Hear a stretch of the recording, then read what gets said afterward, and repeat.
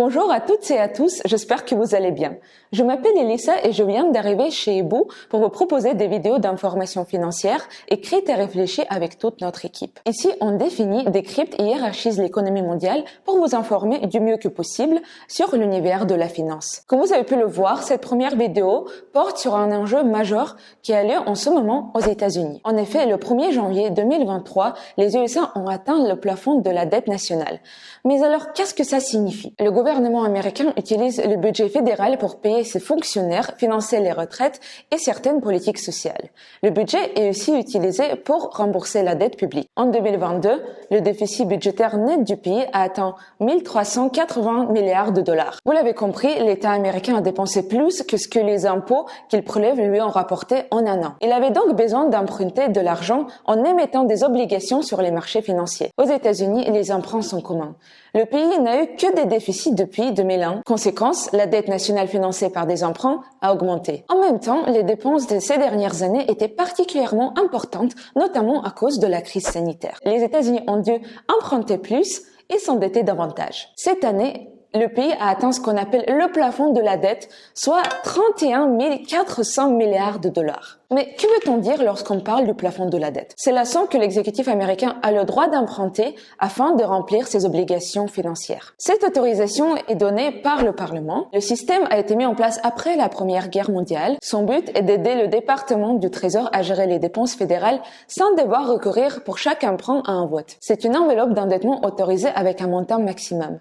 Au-delà de ce chiffre, le pays ne peut plus emprunter. C'est le cas d'aujourd'hui et cela entraîne d'autres conséquences importantes. Le maximum de l'enveloppe a été atteint dès janvier 2023 et depuis, le gouvernement américain utilise des mesures d'urgence pour payer ses factures. Mais attention, il s'agit de moyens temporaires et limités. Maintenant, si le gouvernement veut continuer à assumer les dépenses de l'État fédéral, il va devoir emprunter. C'est ici qu'intervient la question du relèvement du plafond de la dette. Il faut savoir que c'est une mesure qui a déjà été prise 78 fois depuis 1960. Highly likely that we would run out of resources to meet all the government's obligations in early June and possibly as early as June 1st. Récemment, la secrétaire au Trésor américaine, Janet Yellen, a averti que les États-Unis risquent de faire défaut si le plafond n'est pas relevé d'ici au 1er juin. Un défaut est un scénario comparable à une faillite des États-Unis. Si le Trésor américain n'a plus de ressources financières, il ne peut plus faire face aux dépenses de l'État. Il ne peut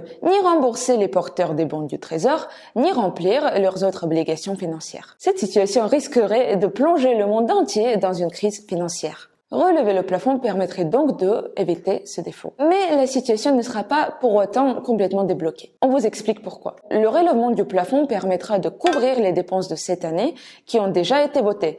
Mais il n'influe pas sur le budget de 2024. Il est possible que la branche législative de l'État américain, le Congrès, ne vote pas le budget 2024. Cela provoquerait ce qu'on appelle un shutdown ou la fermeture d'une partie de l'administration fédérale américaine, faute de moyens de payer tous les fonctionnaires. Ce terme peut faire peur, mais en réalité, il s'agit de la fermeture de certains bureaux et services non essentiels pendant une courte période, du moins tant que le gouvernement ne peut pas payer son administration. Les dépenses gelées en cas de shutdown ne constituent que 25% de fonds publics soumis aux lois de finances annuelles. La perte de revenus pendant cette période n'aura pas les conséquences aussi drastiques qu'un défaut. D'ailleurs, peut-être vous en souvenez-vous, les US ont déjà connu plusieurs shutdowns, le dernier en 2018 sous Trump. Relever le plafond s'impose donc comme une solution indispensable, incontournable.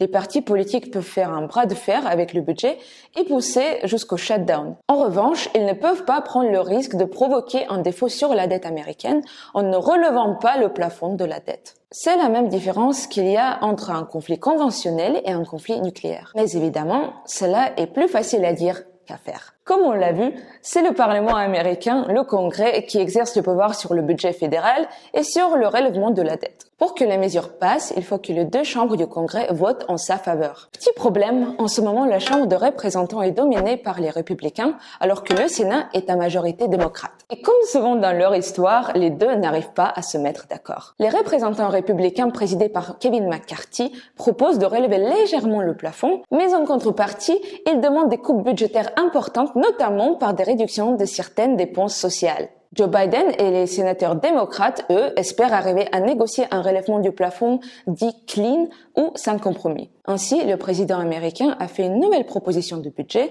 qui vise à combler le déficit avec 3 000 milliards de dollars. Cet argent proviendrait principalement d'augmentations d'impôts. Vous l'avez compris, pour le moment, les deux côtés restent figés dans leurs principes. Il est toutefois possible que le président Joe Biden évoque le 14e amendement de la Constitution américaine. Le texte législatif stipule que la validité de la dette publique des États-Unis ne doit pas être mise en question. Cela permettrait à Joe Biden d'éviter complètement le vote au Congrès. Il pourrait évoquer l'article 4 de l'amendement et donc ordonner au Trésor de continuer d'effectuer des paiements, même au-delà du plafond établi. Cette mesure est compliquée à passer car les experts ne savent pas si ce pouvoir relève des compétences du président. La motion peut d'ailleurs être très bien contestée par la Cour suprême des États-Unis. Quoi qu'il en soit, les deux parties sont d'accord sur une chose.